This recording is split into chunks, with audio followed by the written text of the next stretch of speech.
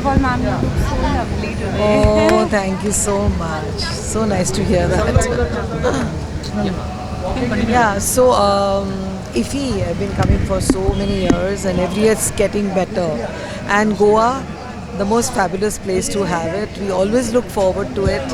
And this year, what has really been very impressive and what I really liked is that we got to see Dadasaheb Phalke's first film, which was 105 years old and it was restored. And it was an amazing experience. Ki 105 years ago, how did he make it? I was just so fascinated. I think for his time, how advanced he must have been, and he has used VFX in his own way. How he created those scenes is a mystery. I must go back and read on it. It was really a wonderful experience. Thank you, ma'am. Thank you so much. Thank you. Thank you so much.